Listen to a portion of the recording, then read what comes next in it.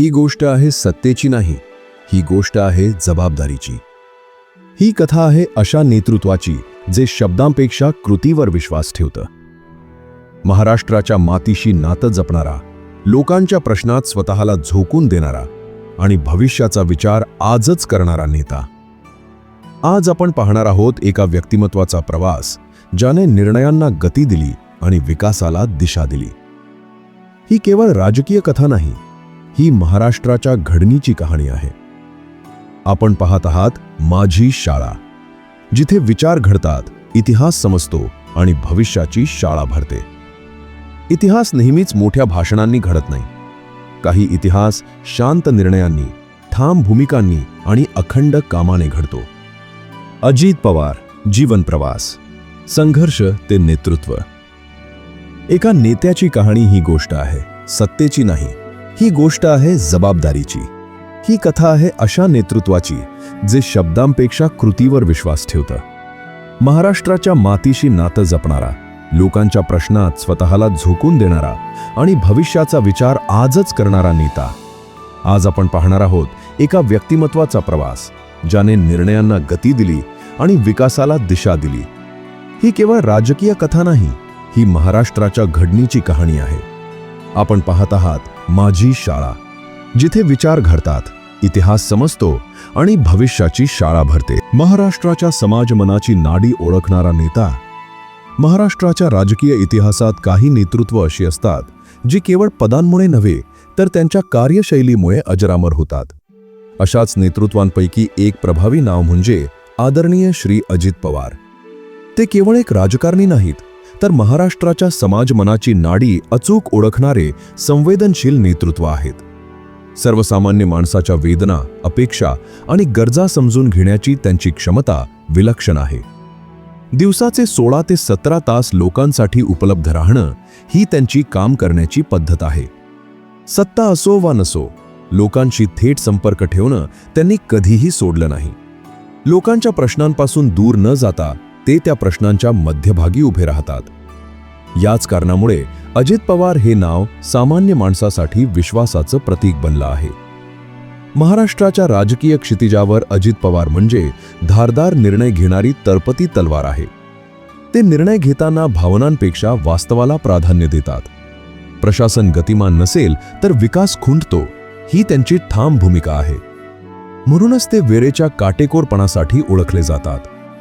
वक्तशीरपणा ही केवळ शिस्त नाही, तर लोकांप्रती असलेली जबाबदारी आहे, असं त्यांचं मत आहे. काम पूर्ण होणार असेल तर होईल, अन्यथा नाही, ही स्पष्टता त्यांच्या नेतृत्वाची ओळख आहे. या स्पष्टतेमुळे अनेकांना ते कठोर वाटतात, पण हीच कठोरता विकासाला गती देते. गेल्या 3 दशकांहून अधिक काळ अजित पवारांनी महाराष्ट्राच्या राजकीय आणि सामाजिक जीवनावर खोलवर प्रभाव टाकला आहे. त्यांचा प्रत्येक निर्णय तात्कालिक फायद्यापुरता मर्यादित नसतो. ते नेहमी पुढील 25 ते 30 वर्षांचा विचार करून धोरण आखतात. शेती, पाणी, ऊर्जा, सहकार आणि पायाभूत सुविधा या क्षेत्रातील त्यांची दूरदृष्टी थक्क करणारी आहे. मुंबईतील मंत्रालयापासून ते दूरच्या खेड्यापर्यंत त्यांचा विचार पोहोचलेला असतो. चांद्यापासून बांद्यापर्यंत सामान्य माणसाच्या आयुष्यावर निर्णयांचा कसा परिणाम होईल याची त्यांना पूर्ण जाणीव असते. सभागृहात बोलताना आपण जनतेला उत्तरदायी आहोत, ही भावना त्यांच्या शब्दात स्पष्ट दिसते. राजकारण हे केवळ सत्तेचं साधन नसून ते लोकसेवेचं माध्यम आहे, असं त्यांचं ठाम मत आहे. अहोरात्र काम करताना त्यांनी कधीही मातीशी नातं तोडलं नाही. शेतकरी, कष्टकरी आणि सामान्य माणूस हाच त्यांच्या राजकारणाचा केंद्रबिंदू राहिला आहे. यामुळेच अजित पवार हे नवमहाराष्ट्राचे शिल्पकार म्हणून ओळखले जातात. सह्याद्रीची शिकवण आणि नेतृत्वाची घडण. 22 जुलै 1959 रोजी अहमदनगर जिल्ह्यातील राहुरी तालुक्यातील देवळाली प्रवरा या छोट्याशा गावात अजित पवार यांचा जन्म झाला. ग्रामीण संस्कृती, कष्ट आणि जमिनीशी नातं असलेलं हे वातावरण त्यांच्या व्यक्तिमत्वाच्या घडणीचं पहिलं शाळा ठरलं. लहान वयातच त्यांच्या खांद्यावर कुटुंबाची जबाबदारी येऊन पडली. जबाबदारी म्हणजे ओझं नसून तीच माणसाला घडवते, हे त्यांनी आयुष्याच्या सुरुवातीला शिकून घेतलं. घर, शेती आणि समाज यांच्यात समतोल राखत त्यांनी आयुष्याला दिशा दिली. आजूबाजूच्या शेतकरी आणि कष्टकरी वर्गाचं दुःख त्यांनी अगदी जवळून पाहिलं. दुष्काळ, पाण्याची टंचाई आणि आर्थिक अडचणी या समस्या त्यांच्या रोजच्या आयुष्याचा भाग होत्या. याच परिस्थितीतून समाजाच्या वेदना समजून घेण्याची संवेदनशीलता त्यांच्या मनात रुजली. प्रश्नांपासून पळ काढण्याऐवजी त्या प्रश्नांची दोन हात करण्याची वृत्ती त्यांच्यात निर्माण झाली. सहकार चळवळीतून त्यांच्या सामाजिक कार्याला खऱ्या अर्थाने दिशा मिळाली. दूध संघ, सहकारी संस्था आणि साखर कारखान्यांच्या माध्यमातून त्यांनी संघटन कौशल्य दाखवून दिलं. लोकांच्या विश्वासावर संस्था उभ्या राहतात ही शिकवण त्यांनी प्रत्यक्ष अनुभवातून घेतली. नेतृत्व म्हणजे फक्त आदेश देणं नव्हे, तर जबाबदारी स्वीकारणं असतं याची जाणीव त्यांना झाली. 1991 साल त्यांच्या राजकीय जीवनातील महत्त्वाचा टप्पा ठरला. लोकसभा सदस्य म्हणून निवडून येताना त्यांनी जनतेचा विश्वास अधिक घट्ट केला. त्यानंतर आमदार, राज्यमंत्री आणि विविध महत्त्वाच्या खात्यांची जबाबदारी त्यांच्यावर आली. प्रत्येक पदावर त्यांनी निर्णयक्षम आणि कार्यकुशल नेतृत्वाची छाप सोडली. जलसंपदा, ऊर्जा, कृषी आणि ग्रामीण विकास या क्षेत्रात काम करताना त्यांनी दूरगामी विचार केला. पाणी म्हणजे केवळ संसाधन नसून जीवन आहे ही भूमिका त्यांनी धोरणांमधून स्पष्ट केली. शेती आणि शेतकऱ्याच्या प्रश्नांबाबत ते नेहमी ठाम भूमिका घेत राहिले. निर्णय घेताना राजकीय फायद्यापेक्षा राज्याचा दीर्घकालीन हितसंबंध महत्त्वाचा मानला. या संपूर्ण प्रवासात सह्याद्रीसारखी ठाम उभी राहणारी शिकवण त्यांच्या पाठीशी होती. अनुभव, शिस्त आणि दूरदृष्टी यांचा संगम म्हणजे अजित पवार यांचं नेतृत्व आहे. म्हणूनच ते केवळ सत्तेतील व्यक्ती नाहीत, तर घडत गेलेलं नेतृत्व आहेत. जनता दरबार, प्रशासनातील दबदबा आणि निर्णयांची धार. अजित पवार यांच्या राजकारणाचा सर्वात महत्त्वाचा आधार म्हणजे लोकांशी असलेला थेट संवाद. सत्ता असो वा नसो, त्यांनी कधीही लोकांपासून अंतर ठेवले नाही. जनतेच्या भावना समजून घेण्यासाठी त्यांनी जनता दरबार ही संकल्पना प्रभावीपणे राबवली. या दरबारात पक्ष, पद किंवा ओळख न पाहता प्रत्येकाला आपली समस्या मांडण्याची संधी मिळते. सामान्य माणसाच्या प्रश्नांना थेट ऐकून घेणं ही त्यांच्या नेतृत्वाची खासियत आहे. जनता दरबारात आलेली प्रत्येक तक्रार त्यांच्यासाठी एक जबाबदारी असते. प्रश्न छोटा असो वा मोठा, तो मार्गी लावण्यावर त्यांचा भर असतो. फाईल फिरवण्यापेक्षा निर्णय घेणं महत्त्वाचं आहे ही त्यांची स्पष्ट भूमिका आहे. यामुळेच प्रशासनात गती निर्माण झाली. अजित पवार हे केवळ लोकनेते नाहीत, तर प्रशासनावर पकड असलेले प्रशासकीय नेते आहेत. अधिकाऱ्यांशी संवाद साधताना ते मुद्देसूद आणि थेट बोलतात. कामासाठी वेळेची मर्यादा ठरवणं आणि त्याची अंमलबजावणी करणं ही त्यांची पद्धत आहे. कोणाचंही काम पूर्ण होणार असेल तर ते तात्काळ व्हायला हवं, अन्यथा नाही हे ते स्पष्ट सांगतात. या ठाम भूमिकेमुळे अनेकांना ते कठोर वाटतात, मात्र ही कठोरता विकासासाठी आवश्यक असल्याचं ते मानतात. प्रशासन शिस्तबद्ध नसेल तर जनतेला न्याय मिळत नाही ही त्यांची धारणा आहे. म्हणूनच निष्काळजीपणा त्यांना कधीही मान्य नसतो. सभागृहात बोलताना अजित पवार हे नेहमी जनतेच्या प्रश्नांवर भर देतात.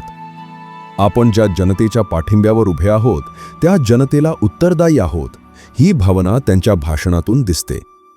राजकारणात लोकप्रियतेपेक्षा परिणामकारकता महत्त्वाची असते असं त्यांचं मत आहे. म्हणूनच त्यांच्या भाषणांमध्ये भावनिक शब्दांपेक्षा वास्तवाचं वजन अधिक असतं. राज्याच्या भूराजकीय रचनेची त्यांना सखोल जाण आहे. निर्णय घेताना मुंबईतील मंत्रालयापासून ते दुर्गम भागातील गावापर्यंत परिणामांचा विचार केला जातो. एका निर्णयामुळे शेतकरी, कामगार, व्यापारी आणि सामान्य नागरिकावर कसा प्रभाव पडेल याचा ते अभ्यास करतात. यामुळे त्यांच्या निर्णयांना व्यापक दृष्टिकोन मिळतो. अहोरात्र काम करणं ही त्यांच्यासाठी अपवाद नाही, तर दिनचर्या आहे. मातीशी नातं आणि सत्तेशी शिस्त या दोहोंचा समतोल त्यांनी साधला आहे. याच समतोलामुळे अजित पवार यांची निर्णयांची धार अधिक तीव्र बनली आहे. विकासाचा अजेंडा, पाणी, शेती आणि पायाभूत सुविधा. अजित पवार यांच्या राजकारणाचा केंद्रबिंदू नेहमीच विकास राहिला आहे. विकास म्हणजे केवळ मोठे प्रकल्प नव्हेत, तर सामान्य माणसाच्या आयुष्यातील बदल असा त्यांचा दृष्टिकोन आहे. महाराष्ट्रासारख्या राज्यात पाणी हा केवळ विषय नसून तो अस्तित्वाचा प्रश्न आहे हे त्यांनी लवकर ओळखलं. दुष्काळग्रस्त भागातील जनतेचं दुःख त्यांनी जवळून पाहिलं आहे. म्हणूनच जलसंपदा हा त्यांच्या विकासाच्या अजेंड्यातील सर्वात महत्त्वाचा घटक ठरला. पाणी नियोजन करताना त्यांनी तात्कालिक उपायांपेक्षा दीर्घकालीन धोरणांवर भर दिला. धरणे, कालवे, जलसंधारण आणि सिंचन प्रकल्प यांचा समन्वय साधण्याचा प्रयत्न त्यांनी केला. पाणी शेतीपर्यंत पोहोचलं तरच शेतकऱ्याचं आयुष्य बदलेल हा त्यांचा ठाम विश्वास आहे. याच विचारातून अनेक सिंचन प्रकल्पांना गती मिळाली. शेती हा महाराष्ट्राच्या अर्थव्यवस्थेचा कणा आहे ही जाणीव त्यांच्या प्रत्येक निर्णयामागे दिसते. शेतकऱ्याला उत्पादन, बाजारभाव आणि स्थैर्य मिळणं आवश्यक आहे असं ते मानतात. शेतीतील जोखीम कमी करण्यासाठी पाणी, वीज आणि पायाभूत सुविधा या घटकांवर त्यांनी लक्ष केंद्रित केलं. शेतकरी आत्मनिर्भर झाला तर गाव समृद्ध होतं ही त्यांची विकासाची संकल्पना आहे.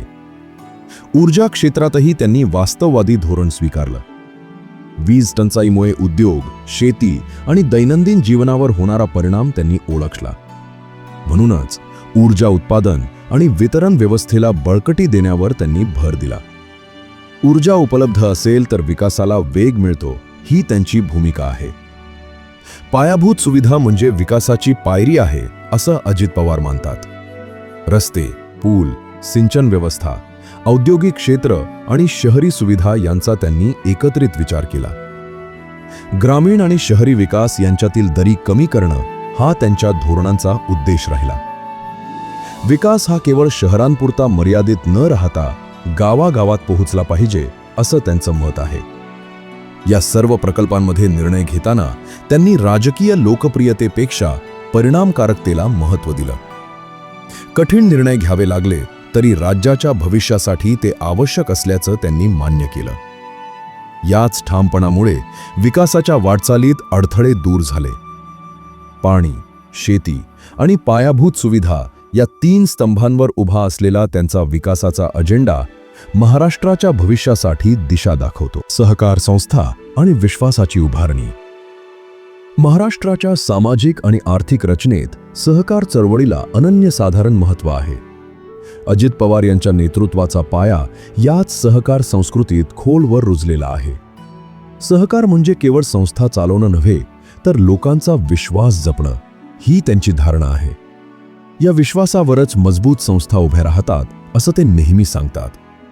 दूध संघ, सहकारी बँका आणि साखर कारखाने या माध्यमातून त्यांनी सहकार क्षेत्रात प्रभावी काम केलं.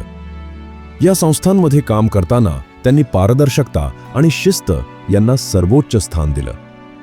संस्था म्हणजे काही मोजक्या लोकांची मक्तेदारी नसून त्या सर्वसामान्यांच्या मालकीच्या असतात हा त्यांचा ठाम विचार आहे. म्हणूनच निर्णय घेताना त्यांनी नेहमी सभासदांच्या हिताला प्राधान्य दिलं. सहकारी संस्थांमधील आर्थिक शिस्त टिकवणं हे मोठं आव्हान असतं. अजित पवार यांनी या आव्हानाला धैर्याने सामोरं गेलं. नुकसानात चालणाऱ्या संस्था मार्गावर आणण्यासाठी त्यांनी कठोर पण आवश्यक निर्णय घेतले.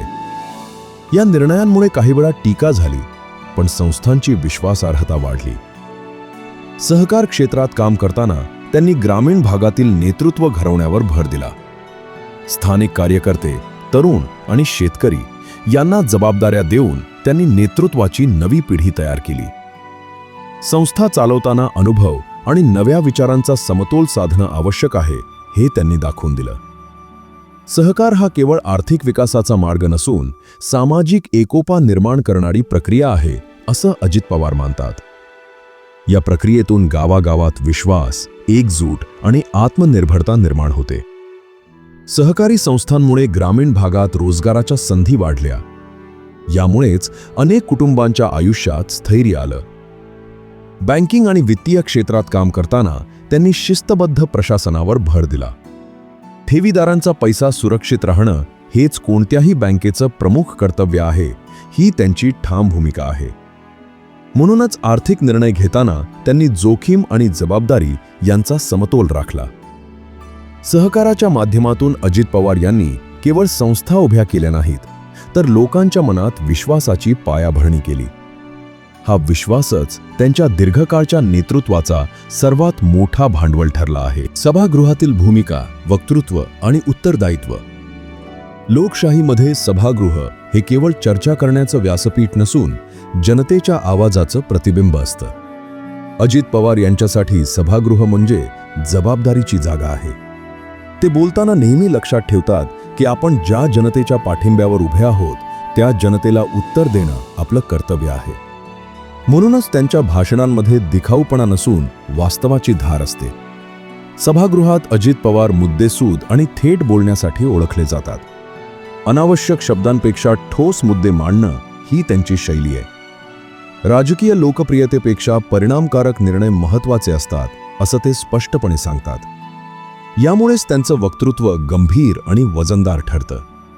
विरोधक असोत किंवा सत्ताधारी सहकारी, सर्वांसाठी त्यांची भूमिका समान राहिली आहे. चूक असेल तर ती मान्य करणं आणि योग्य असेल तर ठामपणे मांडणं ही त्यांची पद्धत आहे.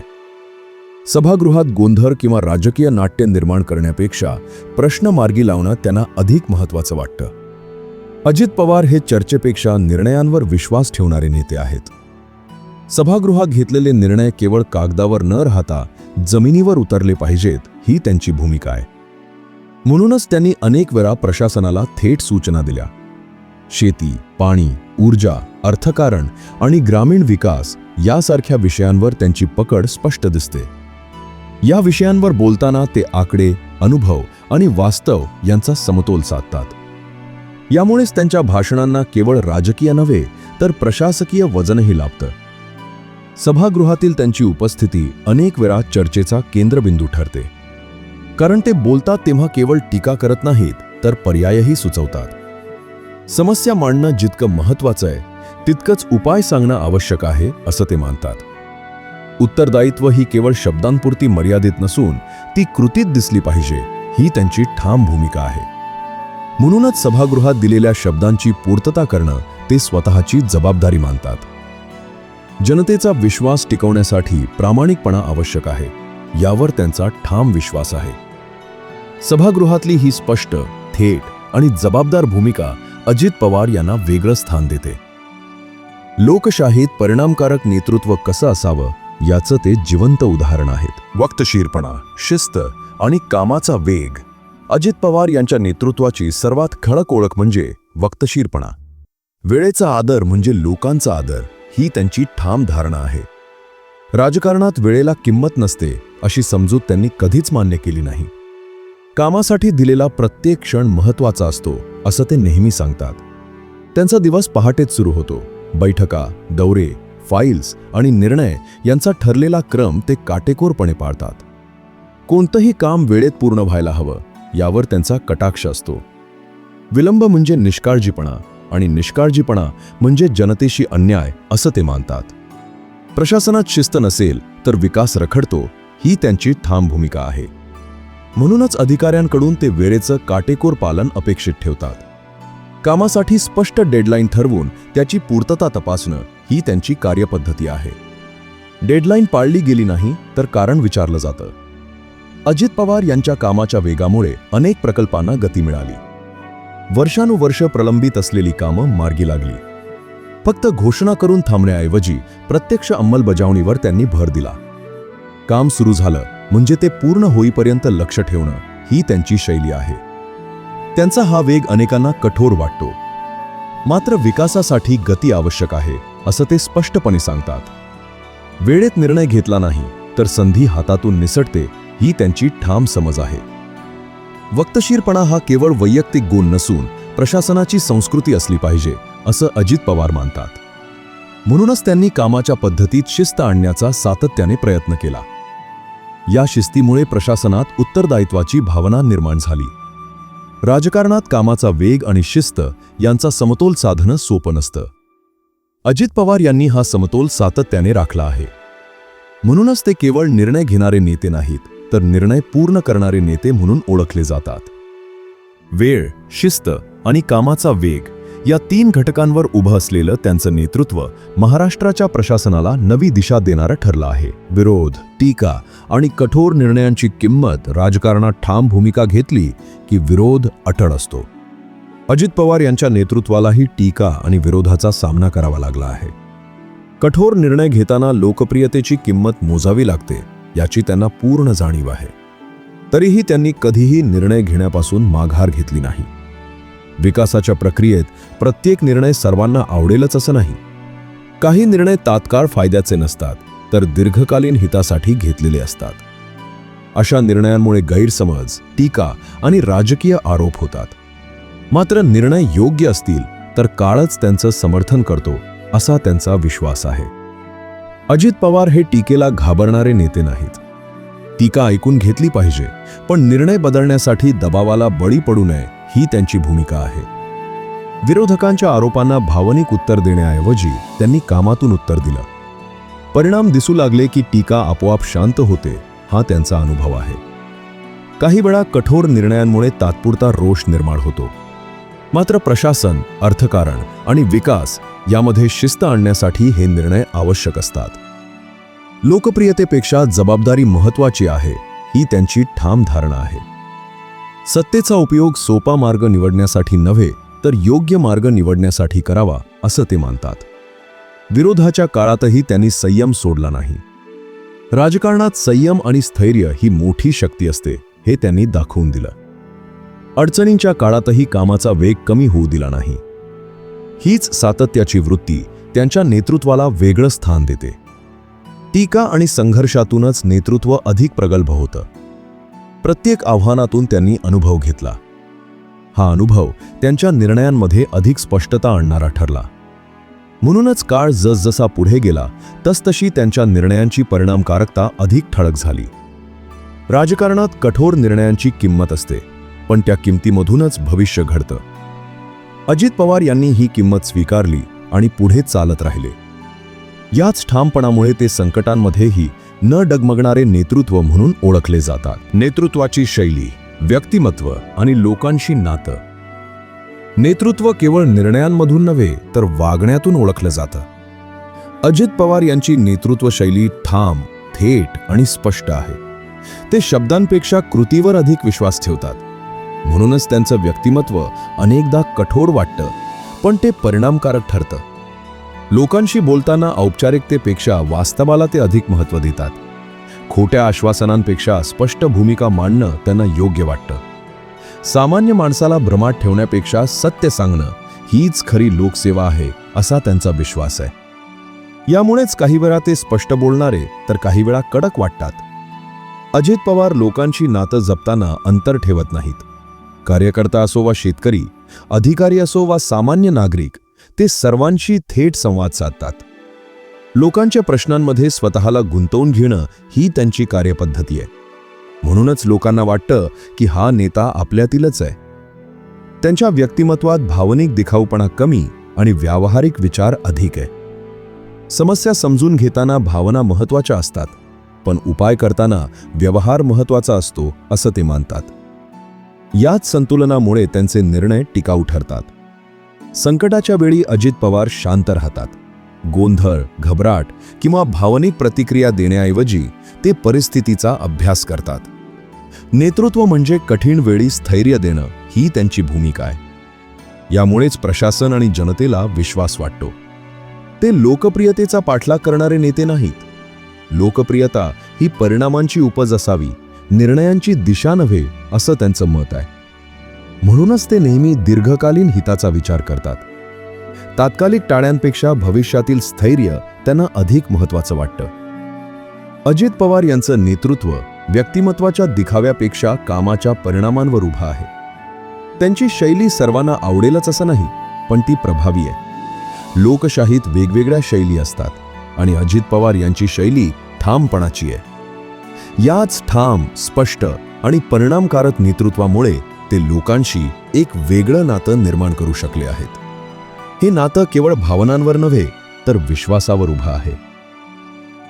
नवमहाराष्ट्राचे शिल्पकार, वारसा, भविष्यदृष्टी आणि इतिहासातले स्थान. इतिहासात काही नेते सत्तेसाठी ओळखले जातात, तर काही नेते काळासाठी स्मरणात राहतात. अजित पवार हे दुसऱ्या प्रकारात मोडतात. त्यांचं नेतृत्व एखाद्या क्षणापुरतं मर्यादित नसून पिढ्यांसाठी दिशा देणार आहे. महाराष्ट्राच्या विकास प्रवासात त्यांनी घेतलेले निर्णय काळाच्या कसोटीवर उतरलेले आहेत. जलसिंचन, अर्थकारण, पायाभूत सुविधा आणि प्रशासन या सर्व क्षेत्रात त्यांच्या ठसा स्पष्टपणे दिसतात. हे ठसे केवळ कागदावर नव्हे तर जमिनीवर उमटलेले आहेत. नेतृत्वाचा खरा वारसा म्हणजे पुढील पिढ्यांसाठी मजबूत पायाभरणी. अजित पवार यांनी नेहमीच पुढील 25 ते 30 वर्षाचा विचार करून निर्णय घेतले. आज दिसणाऱ्या विकासामागे उद्याचा महाराष्ट्र घडवण्याची त्यांची दृष्टी दडलेली आहे. राजकारणात बदल अपरिहार्य असतात, पण मूल्ये टिकली पाहिजेत असा त्यांचा आग्रह राहिला. प्रामाणिक प्रशासन, वेळेचे भान आणि कामाची शिस्त हीच त्यांची खरी ओळख आहे. ही ओळखच त्यांच्या नेतृत्वाला वेगळं स्थान देते. नव्या पिढीतील नेतृत्वासाठी अजित पवार एक अभ्यासाचा विषय आहेत. कसं कठोर राहूनही लोकांशी जोडलेलं राहायचं हे त्यांनी दाखवून दिलं. सत्ता ही सेवा करण्याचं साधन आहे हा विचार त्यांनी कृतीतून जपला. महाराष्ट्राच्या राजकीय इतिहासात त्यांचं नाव केवळ पदांमुळे नव्हे तर निर्णय क्षमतेमुळे, कामाच्या वेगामुळे आणि परिणामांमुळे कोरलं जाईल. काळ बदलत जाईल, सरकारं येतील जातील, पण ठोस कामं इतिहासात टिकून राहतील. आजचा महाराष्ट्र जेव्हा भविष्याकडे वाटचाल करतो तेव्हा त्या प्रवासात अजित पवार यांच्या निर्णयांची दिशा स्पष्टपणे जाणवते. हा प्रवास सोपा नव्हता, पण तो ठामपणे पुढे नेला गेला. अजित पवार हे केवळ राजकारणी नाहीत, ते व्यवस्थापक आहेत, प्रशासक आहेत आणि दूरदृष्टी असलेले शिल्पकार आहेत. नवमहाराष्ट्राचं स्वप्न प्रत्यक्षात आणण्यासाठी त्यांनी आयुष्य वेचलंय. म्हणूनच इतिहास त्यांना फक्त एका काळाचा नेता म्हणून नव्हे तर महाराष्ट्राच्या घडणीतील एक निर्णायक व्यक्तिमत्व. आज आपण पाहिलं एका अशा नेतृत्वाचं चित्र जे लोकप्रियतेपेक्षा परिणामांवर विश्वास ठेवतं. हा प्रवास इथे संपत नाही, कारण महाराष्ट्राची घडण आजही सुरू आहे. अशाच अभ्यासपूर्ण, विचारप्रवर्तक आणि वास्तवाशी जोडलेल्या कथा पाहण्यासाठी माझी शाळा चॅनलला सबस्क्राईब करा. व्हिडिओ आवडला असेल तर लाईक करा, आपले मत कमेंटमध्ये नक्की लिहा आणि हा विचार पुढे पोहोचवण्यासाठी शेअर करा. पुन्हा भेटू एका नव्या विषयासह, एका नव्या शिकवणीसह. तोपर्यंत लक्षात ठेवा, ज्ञान हीच खरी शाळा आहे.